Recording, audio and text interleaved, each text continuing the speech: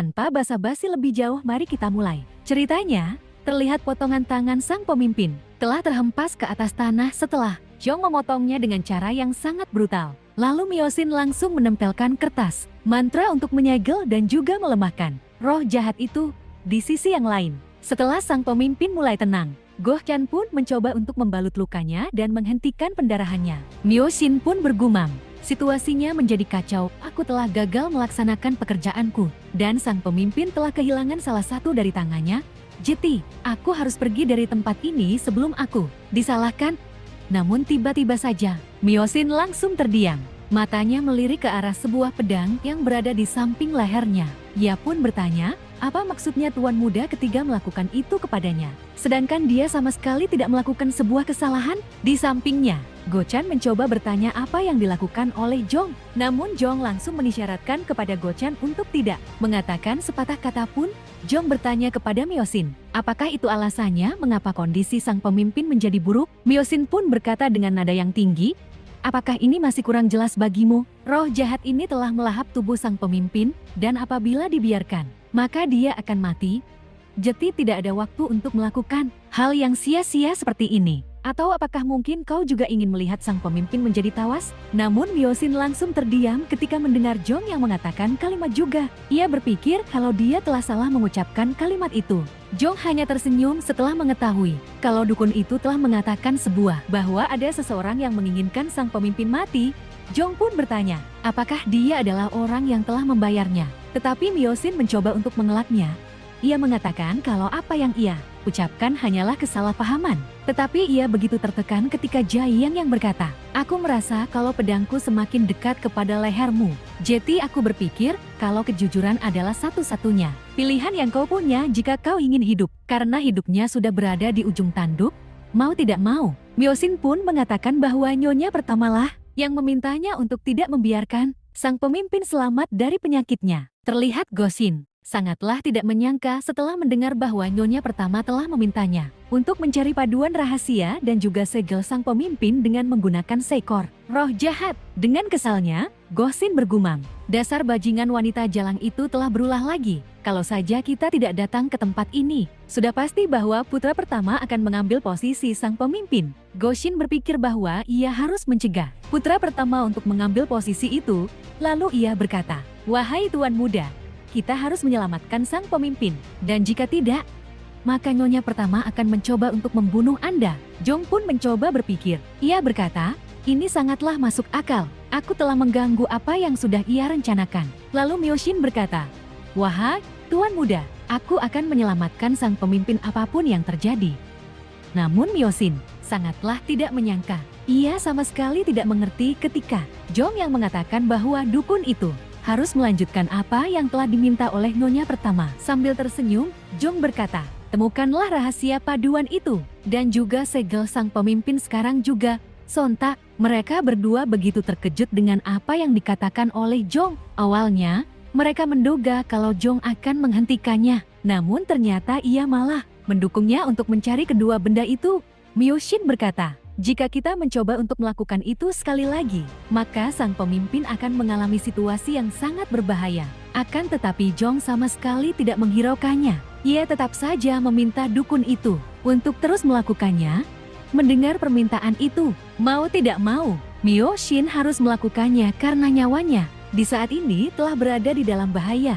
Lalu ia pun langsung mengambil sebuah boneka. Myosin pun menjelaskan bahwa boneka itu akan ia gunakan sebagai wadah. Karena apabila sang pemimpin menyentuh roh itu lagi, maka dia benar-benar akan mati. Oleh sebab itu, kita akan menghubungkan wadah ini kepada sang pemimpin dan menipu roh jahat itu agar ia mengira bahwa ini adalah tubuh asli sang pemimpin.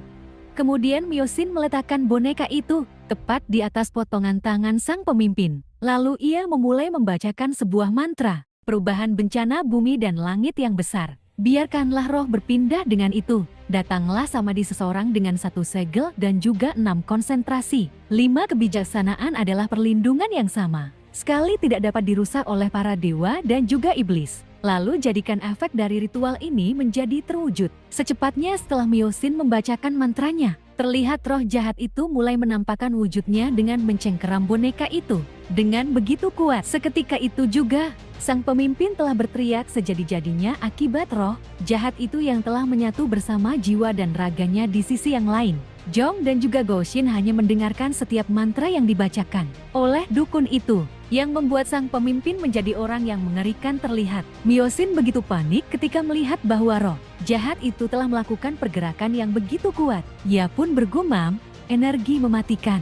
Ini memiliki kekuatan yang terlalu kuat, dan apabila aku memaksakan melebihi daripada ini, maka roh jahat itu akan terbebas. Tetapi mau sebanyak apa aku menjelaskan kepada bajingan itu, tetap saja dia akan menghiraukannya. Jadi apa yang harus aku lakukan? Namun tiba-tiba saja, Myosin menyadari akan sesuatu di pikirannya. Telah melintas sebuah ide untuk melakukan suatu hal yang di luar dugaan semua orang. Myosin pun langsung menyeringai dengan rasa kemenangannya, karena dia tahu bahwa ide itu pastinya akan berguna.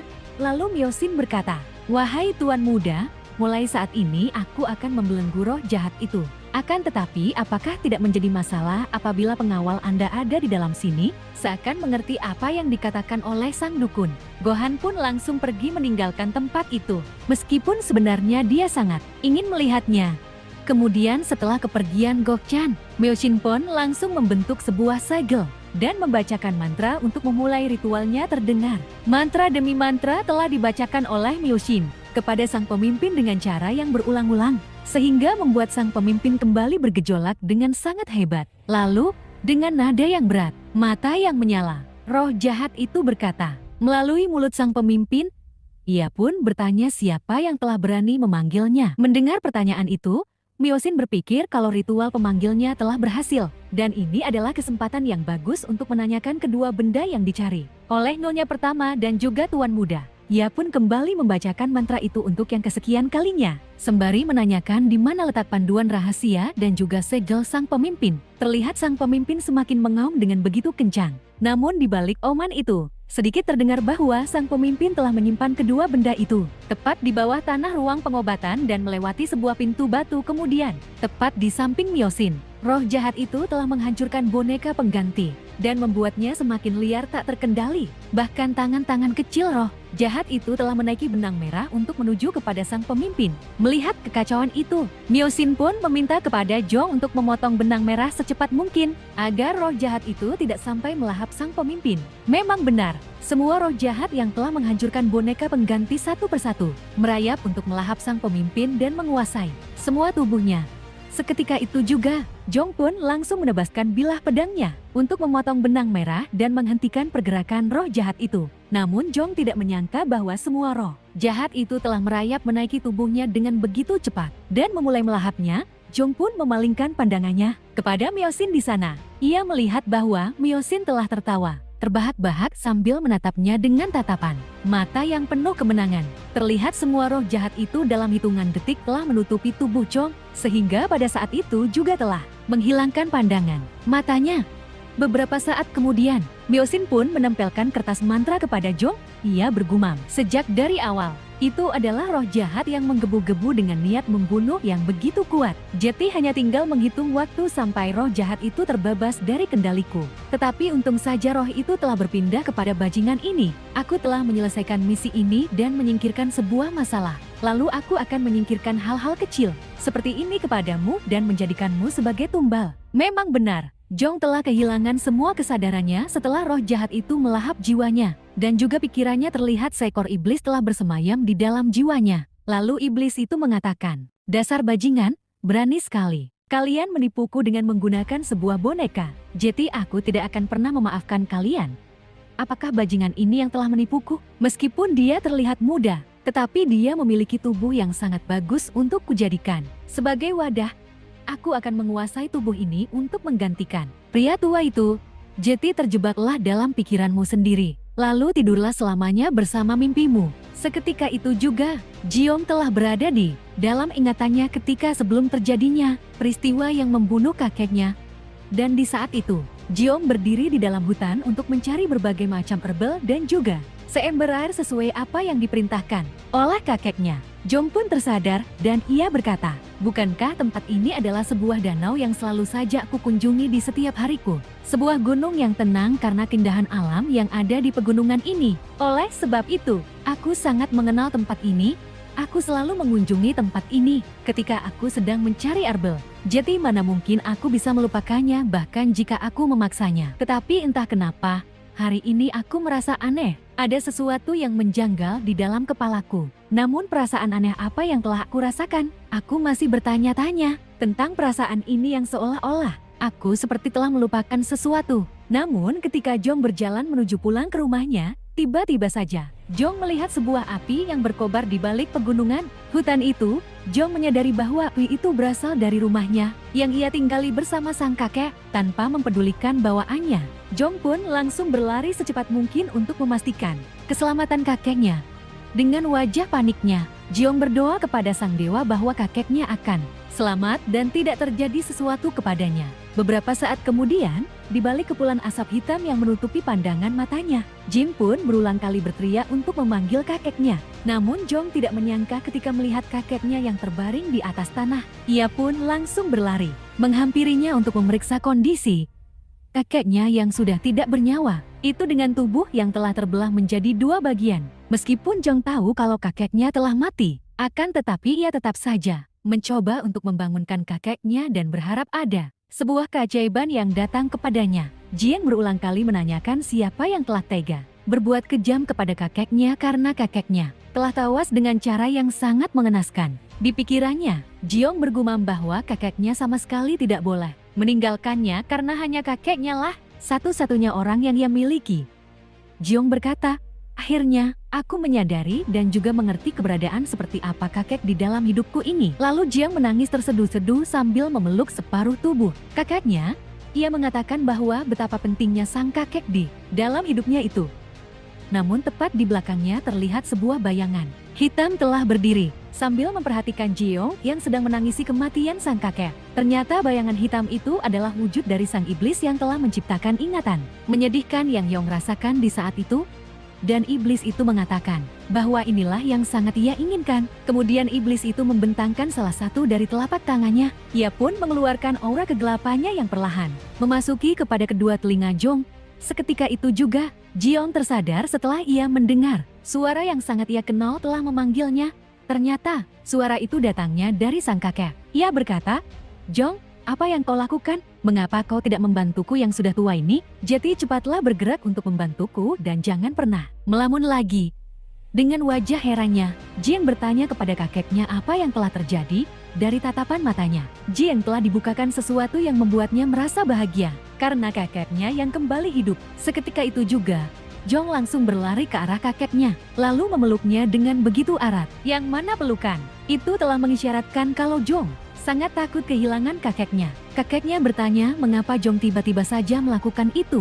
Jong pun menjawabnya kalau dia hanya ingin melakukannya. Tetapi di dalam hatinya, Jiong berkata, "Aku tidak akan pernah kehilangan kakekku lagi, karena dia satu-satunya alasanku." Seseorang yang seharusnya mati kini telah hidup tepat di arah belakangnya. Sang iblis tertawa terbahak-bahak menyaksikan kalau Jong telah termakan tipu daya muslihatnya yang dengan sengaja ia ciptakan. Iblis itu berkata, "Inilah yang benar. Masa lalu yang kau sayangi, sebuah ingatan dan juga cinta berharga yang telah hilang. Inilah yang disebut sebagai sebuah serko kebahagiaan yang sama sekali tidak ada habisnya."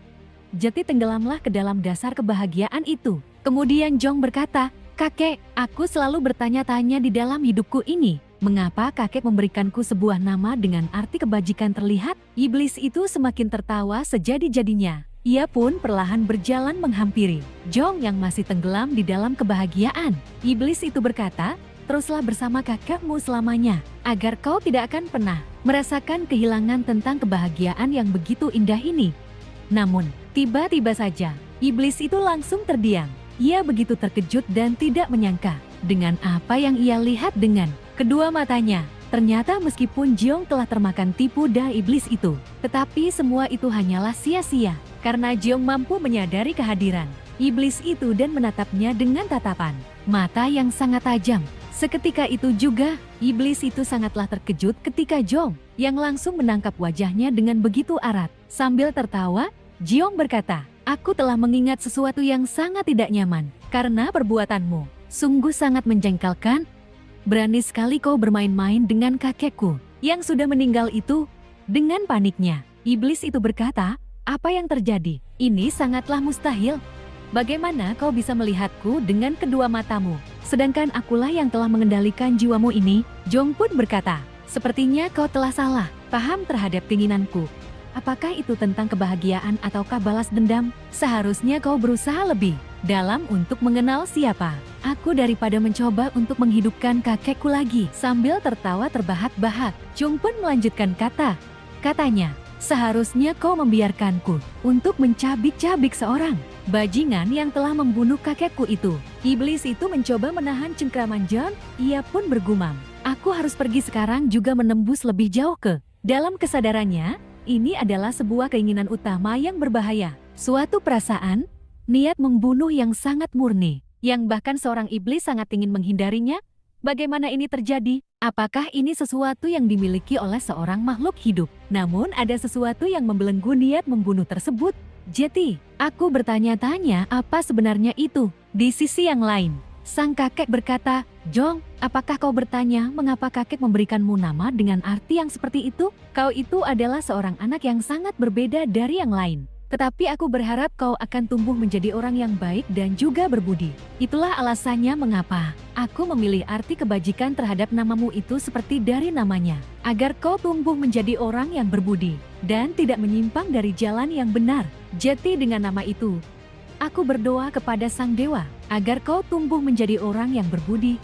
Terlihat iblis itu berteriak kesakitan setelah wajahnya yang telah rusak akibat cengkraman yang Jin lakukan kepadanya. Lalu iblis itu berusaha untuk melepaskan diri dari cengkraman Jeong. Ia pun berpikir untuk melarikan diri sejauh mungkin ke dalam kesadarannya, karena ia menganggap bahwa Jeong adalah orang yang gila. Memang benar, meski iblis itu telah melarikan diri, tetapi Jeong sama sekali tidak membiarkannya pergi begitu saja. Ia pun mengambil bilah sabitnya. Lalu secepat mungkin, Jeong langsung berlari untuk mengejar iblis itu. Tetapi Jeong sama sekali tidak bisa mengejarnya karena iblis itu telah berpindah jauh menuju ke dalam kesadarannya. Untungnya, aku sudah memasuki tubuh bajingan ini. Jadi aku hanya perlu menyelam lebih jauh ke dalam kesadarannya dengan cara berhati-hati. Beberapa saat kemudian, iblis itu telah sampai pada kesadaran Jeong yang lebih dalam di dalam sana. Ia begitu heran dengan apa yang ia lihat. Ia tidak menyangka bahwa di dalam kesadaran Jeong, ia melihat tanah lapang yang begitu luas, yang telah ditumbuhi oleh hamparan bunga. Iblis itu berkata, "Apakah ini tempat yang jauh di dalam dasar kesadarannya? Ini baru pertama kalinya aku melihat kesadaran seseorang yang seluas ini." Kemudian iblis itu memperhatikan kepada sisi yang lain. Ia kembali heran, karena di tengah tanah lapang itu ada sebuah pintu yang berdiri dengan kokoh. Sang iblis perlahan mendekati pintu itu. Ia berkata, "Tidak akan menjadi masalah jika aku membukanya. Aku hanya perlu membuka pintu ini dan menguasai kesadarannya dari jauh." Namun tiba-tiba saja, iblis itu begitu terkejut ketika pintu itu langsung memudar begitu saja, sampai-sampai ia sama sekali tidak bisa menyentuhnya. Dan tidak hanya sampai di situ saja, terlihat suasana di tanah lapang itu telah menghitam, layaknya kegelapan yang akan melahap apa saja yang ada di dalamnya. Kemudian iblis itu begitu panik ketika kegelapan mulai mengikatnya. Ia berkata, "Apa yang terjadi? Mengapa sebaliknya bajingan ini yang malah menguasaiku?" Terlihat iblis itu mencoba sekuat tenaga untuk melepaskan dirinya dari jeratan kegelapan itu. Ia berpikir, kalau terus seperti ini, maka dirinya lah yang akan dilahap. Benar saja, tepat di bawah kaki iblis itu, Jin telah membuka mulutnya dengan begitu besar dan langsung melahap iblis itu, hingga tidak ada yang tersisa dari tubuhnya. Setelah melahap iblis itu, terlihat tubuh Jeong yang mengeluarkan aura kegelapan, yang mana aura itu telah memenuhi seluruh ruangan. Sang pemimpin Myosin pun sangatlah terkejut. Ia tidak menyangka bahwa putra ketiga dengan mudahnya bisa melepaskan dirinya dari jeratan iblis itu. Myosin bergumam, "Apa yang terjadi? Bagaimana bajingan ini melepaskan dirinya begitu saja tanpa ada kerusakan?" sedikit pun pada tubuhnya itu. Lalu Jiang menatapnya dengan tatapan mata yang tajam untuk membuktikan kepada Myosin apapun yang ia lakukan tidak akan mempan terhadapnya. Tiba-tiba saja Myosin sangatlah terkejut karena wujud dari sang iblis telah nampak tepat di belakang Jong. Lalu Jiang melemparkan pandangannya kepada sang iblis yang telah berdiri di belakangnya. Melihat tatapan matanya, iblis itu langsung memberi hormat kepada Jiang sembari mengatakan, "Sebagai demonic monk, aku memberi salam penghormatan kepada Anda." Terlihat seseorang yang sedang termenung di depan manor utama. Sang pemimpin, dia adalah sang pemimpin manor bagian dalam yang bernama Jang Myongin. Myongin teringat bagaimana ia bertemu dengan Mok Yundan ketika mereka masih muda. Ketika Mok Yundan masih muda, ia merupakan seorang pahlawan sejati. Lalu aku pun mengawasinya dan mengira bahwa dia tidak akan pernah melakukan sebuah kesalahan. Ikatanku dengannya dimulai sejak 19 tahun yang lalu ketika aku sedang menaklukkan kelompok bajak laut. Dan pada saat itu, aku adalah seorang seniman bela diri yang sangat terkenal pada wilayah itu. Mok Yundan dan juga aku saling bekerja sama untuk menaklukkan para bajak laut itu. Lalu sesudahnya, aku pun diangkat menjadi pemimpin dalam dan bersumpah setia kepadanya. Tetapi aku tidak tahu mengapa semuanya telah berakhir menjadi seperti ini. Myongin pun teringat dengan apa yang dikatakan oleh nyonya pertama. Ia mengatakan, "Apakah kau sudah percaya bahwa anak rendahan itu akan cocok untuk menjadi sang pemimpin selanjutnya? Hal ini adalah untuk masa depan keluarga pedang. Mok, jati kau harus mengosongkan tempat itu." Hingga sang dukun melakukan prakteknya untuk menemukan paduan rahasia dan juga segel sang pemimpin. Myongin berpikir, demi kedamaian keluarga pedang Mok, aku pun mengizinkannya, tetapi hal itu sangatlah menggangguku. Aku yakin bahwa dukun itu adalah seorang penipu. Dia mungkin akan menggunakan berbagai macam cara untuk mengancam keselamatan sang pemimpin. Dengan perasaan yang begitu kalut, ia pun menetapkan hatinya dengan mengatakan, "Aku tidak bisa membiarkannya begitu saja, karena hal ini sangat bertentangan dengan sumpah setiaku kepada sang pemimpin." Seketika itu juga, Myongin langsung pergi menuju ke tempat sang pemimpin untuk memeriksa dan memastikan apa yang akan dilakukan oleh dukun itu. Cerita berpindah. Terlihat dukun itu begitu terkejut, matanya terbelalak ketika melihat wujud asli dari sang iblis telah memberi hormat kepada Jong. Myosin bergumam, itu bukanlah sekedar roh yang dipenuhi oleh dendam biasa, tetapi makhluk itu adalah roh jahat yang memiliki tingkatan yang tinggi. Melihat ekspresi sang dukun yang sangat ketakutan, Jong pun memerintahkan kepada demonic monk untuk membunuh dukun itu. Mendengar perintah dari tuannya, iblis itu langsung bergerak dengan sangat cepat untuk membunuh Myosin, sesuai apa yang diperintahkan oleh tuannya. Seketika itu juga, Myosin langsung membuat segel dengan menggunakan kedua tangannya untuk menghalau sebuah serangan yang dilancarkan oleh iblis itu. Sambil menahan serangan itu, Myosin bergumam, "Apakah bocah itu baru saja memerintahkan iblis ini untuk menyerangku? Tetapi bagaimana bisa ia melakukannya? Ini sangatlah tidak mungkin, karena roh jahat ini telah dipenuhi oleh dendam. Bahkan ia lebih pantas dipanggil sebagai kejahatan murni. Jadi bagaimana mungkin dia mengikuti sebuah perintah dari seseorang?" Namun sekuat apapun Myosin mencoba untuk menahan serangan sang iblis, akan tetapi tetap saja pertahanannya telah hancur begitu saja.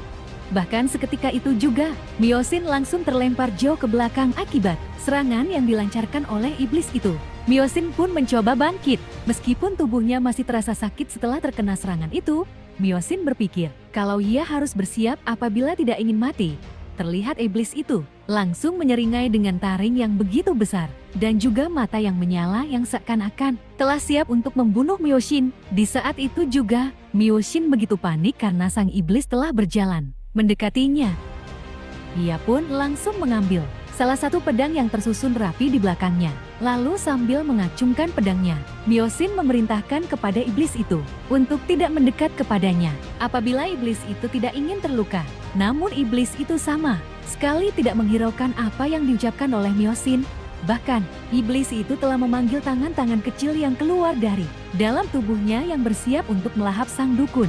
Memang benar, seketika itu juga, Myosin sangatlah panik ketika tangan-tangan sang iblis telah menyerangnya. Dengan sangat brutal, Myosin pun memohon kepada Jong agar Jong menyelamatkannya dari sergapan iblis itu.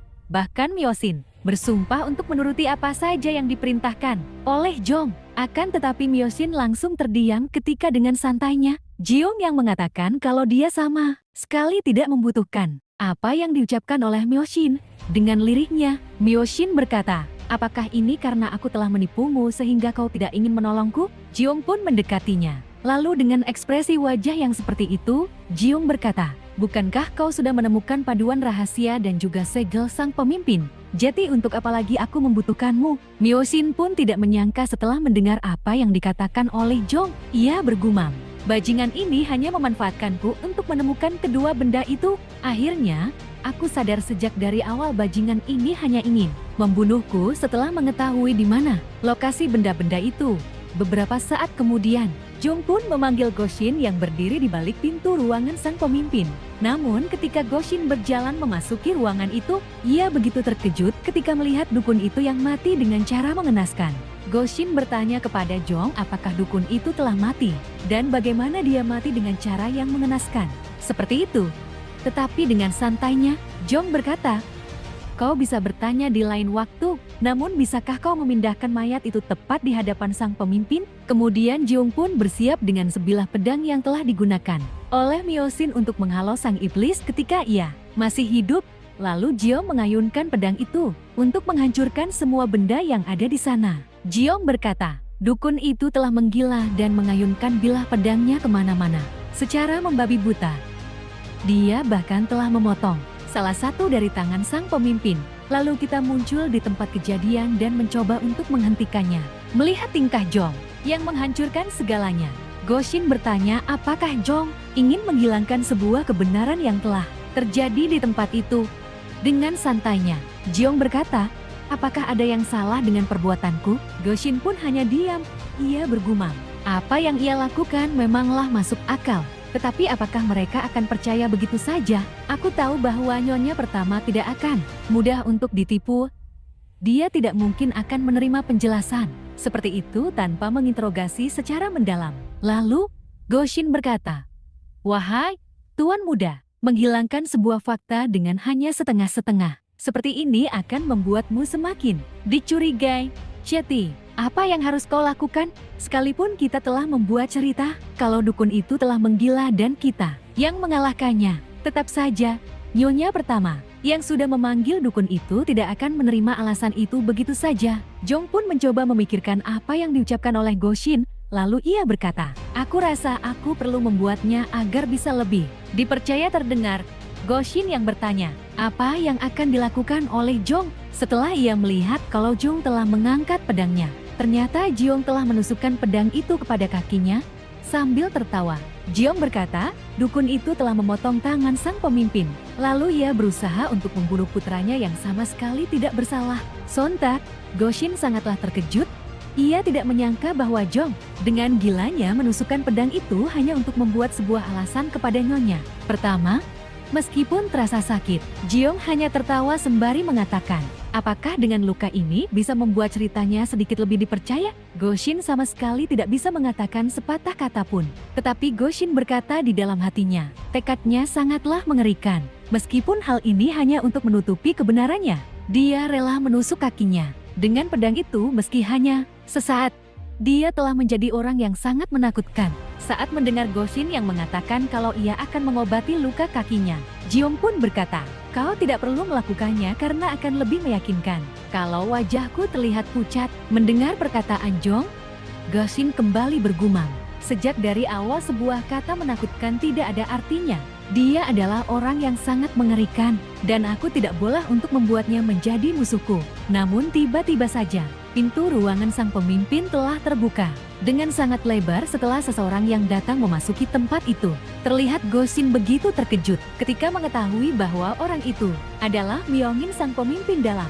Tetapi matanya langsung terbelalak ketika melihat ruangan sang pemimpin telah hancur berantakan dan juga darah-darah yang berserakan di mana-mana. Bahkan Myongin semakin marah setelah melihat dukun itu yang berada di dekat sang pemimpin yang terbaring di atas tempat tidurnya sambil berteriak. Myongin berkata, dasar bajingan, apa yang sudah kalian lakukan kepada sang pemimpin? Mendengar itu, Goshin dan juga Jong serentak mengatakan kalau dia telah salah paham karena bukan merekalah yang telah melakukannya. Lalu, dengan wajah yang pucat dan juga nada yang lirih, Jiung meminta kepada Myongin untuk memeriksa kondisi sang pemimpin. Namun setelah mengatakan itu, Jiong langsung tersungkur ke atas lantai karena dia telah banyak kehabisan darah.